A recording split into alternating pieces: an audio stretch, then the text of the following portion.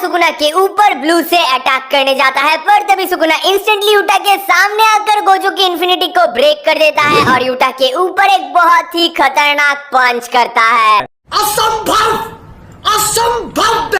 असंभव। Jujutsu Kaisen chapter 262 हमारे सामने आ गया है एंड इस चैप्टर में एक बार फिर से हम गोजो और सुकुना के बीच में एक बहुत ही खतरनाक डोमेन बैटल देखते हैं। तो पिछले चैप्टर के एंड में सुकुना यूज करता है अपना domain malevolent shine and Yuta use करता है गोजो का डोमेन अनलिमिटेड वॉइड एंड ये चैप्टर भी ठीक वहीं से शुरू होता है और इस चैप्टर के शुरू में ही हम देखते हैं कि सुकुना और यूटा दोनों ही अपने डोमेन को सक्सेसफुली क्रिएट कर देते हैं और उन दोनों का डोमेन आपस में क्लैश कर जाता है। पर तभी हम देखते हैं कि यूटा सुकुना के डोमेन से खुद के डोमेन को बचाने के लिए उसके साइज को बहुत ही ज्यादा छोटा कर देता है और ये चीज हमने पहले भी देखा है कि जब सुकुना के डोमेन के अटैक से गोजो का डोमेन बार बार डिस्ट्रॉय हो रहा था, तब गोजो ने अपने डोमेन के साइज को बहुत ही ज्यादा छोटा कर लिया था ताकि वो अपने डोमेन को सुकुना के डोमेन के अटैक से प्रोटेक्ट कर सके। एंड क्योंकि ये चीज यूटा ने देख लिया था, इसलिए वो भी इसी टेक्निक का यूज कर रहा है। तभी नरेटर हमें बताते हैं कि गोजो का ये स्मॉल बैरियर डोमेन सुकुना के मैलोवलेंट शाइन के अटैक्स को बस 3 मिनट तक ही झेल पाएगा एंड उसके बाद ये डोमेन इंस्टेंटली डिस्ट्रॉय हो जाएगा। एंड इसी चीज का ध्यान रखते हुए यूटा सोचता है कि क्योंकि अब सुकुना का हालत पहले से खराब है तो वो अपने इस डोमेन को 3 मिनट तक ओपन रख पाएगा, जैसा कि गोजो ने सुकुना के अगेंस्ट में किया था।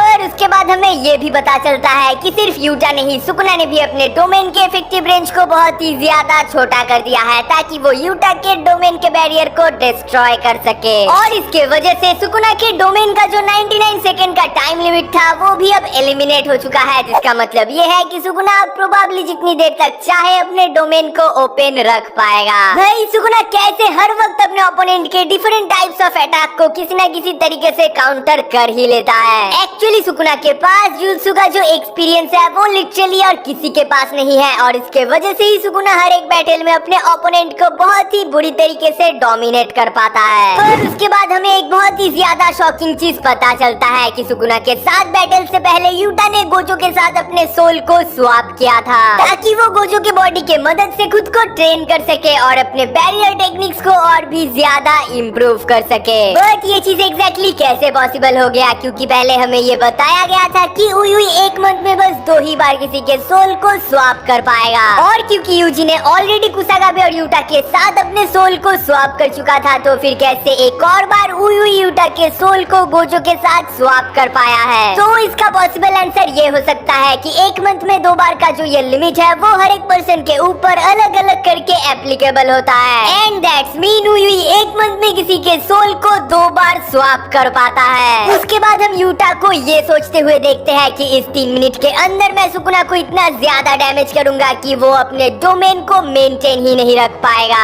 एंड दूसरी तरफ सुकुना सोचता है कि विद इन 3 मिनट्स में इन्फिनिटी वॉइड को डिस्ट्रॉय कर दूंगा और उसके बाद अपने डोमेन के इफेक्टिव रेंज को एक्सपेंड करके सबको मार दूंगा। और तभी हम एक बहुत ही ज्यादा खतरनाक चीज देखते हैं। यूटा सुकुना के ऊपर ब्लू से अटैक करने जाता है, पर तभी सुकुना इंस्टेंटली यूटा के सामने आकर गोजो की इन्फिनिटी को ब्रेक कर देता है और उसके ऊपर एक बहुत ही पावरफुल पंच करता है। ये देखकर यूटा एकदम से शॉक हो जाता है एंड वो सोचता है कि कैसे सुकुना ने गोजो के इन्फिनिटी को ब्रेक कर दिया है। पर तभी यूटा रियलाइज करता है कि डोमेन एक्सपेंशन के साथ साथ सुकुना डोमेन एम्प्लीफिकेशन को भी यूज कर रहा है और क्योंकि डोमेन एम्प्लीफिकेशन गोजो की इन्फिनिटी को ब्रेक कर सकता है, इसलिए इसी टेक्निक का यूज करके सुकुना ने वो पंच यूटा के ऊपर लैंड किया है। पर ये चीज पहली बार नहीं हो रहा है। गोजो के साथ फर्स्ट टाइम बैटल में भी सुकुना ने डोमेन एम्प्लीफिकेशन का यूज किया था गोजो की इन्फिनिटी को ब्रेक करने के लिए। उसके बाद हम सुकुना को ये सोचकर खुश होते हुए देखते हैं कि यहाँ पर जो हो रहा है वो डोमेन के बाहर सॉर्सरर्स को नहीं पता चलेगा एंड यूटा ये सब इंफॉर्मेशन मेमे के क्रॉस की मदद से उन लोगों के साथ शेयर भी नहीं कर पाएगा।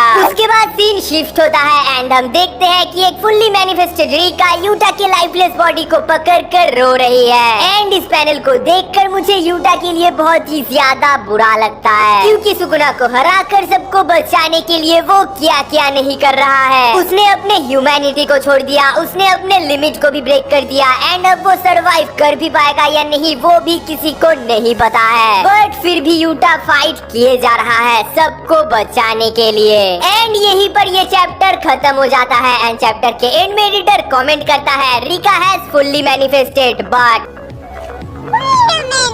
पर अभी आपको ये लग रहा होगा कि ये चैप्टर इतना ज्यादा छोटा क्यों था। तो आप लोगों को मैं ये बता देना चाहता हूँ कि जेजेके के राइटर गेगे अकुरामी का हेल्थ कंडीशन बहुत ही ज्यादा खराब है, इसीलिए हमें ये चैप्टर इतना ज्यादा छोटा देखने को मिला है। और इसके अलावा एक और बैड न्यूज है जो कि मैं इस वीडियो के एंड में आपको बताऊंगा। पर उससे पहले हमें इस चैप्टर में यूटा और सुगुना के बीच में जो डोमेन बैटल देखने को मिला है वो नेक्स्ट चैप्टर में और भी ज्यादा खतरनाक होने वाला है। पर अभी असली बात तो ये है कि क्या 3 मिनट्स के बाद सुगुना गोजो के डोमेन को डिस्ट्रॉय कर देगा या फिर यूटा सुगुना को इतना ज्यादा डैमेज कर देगा कि वो अपना डोमेन मैलोवलेंट श्राइन को मेंटेन ही नहीं रख पाएगा। और क्योंकि अब यूटा रिका को फुल्ली मैनिफेस्ट करके केंजाकू के टेक्निक को एक्टिव कर चुका है, तो अब 5 मिनट बाद क्या होगा वो हमें इस चैप्टर में भी नहीं पता चला है। एंड अभी हमें ये सब चीज जानने के लिए नेक्स्ट चैप्टर का वेट करना पड़ेगा। एंड जैसा कि मैंने आपको बताया है कि गेगे का हेल्थ कंडीशन बहुत ही ज्यादा खराब है, इसीलिए नेक्स्ट चैप्टर हमें 3 वीक्स के बाद देखने को मिलेगा। पर तब तक मैं जेजेके के कुछ दूसरे वीडियोस को जरूर अपलोड करूंगा एंड द मोस्ट अवेटेड मांगा काइजू नंबर 8 का भी एक्सप्लेनेशन मैं शुरू करने वाला हूँ। तो अगर वो सब वीडियोस देखना है तो चैनल को सब्सक्राइब करना, और अगर ये वीडियो अच्छा लगा है तो इसे लाइक करके ही जाना। मैं मिलता हूँ आपके साथ नेक्स्ट वीडियो में, तब तक के लिए इट्स योर जॉय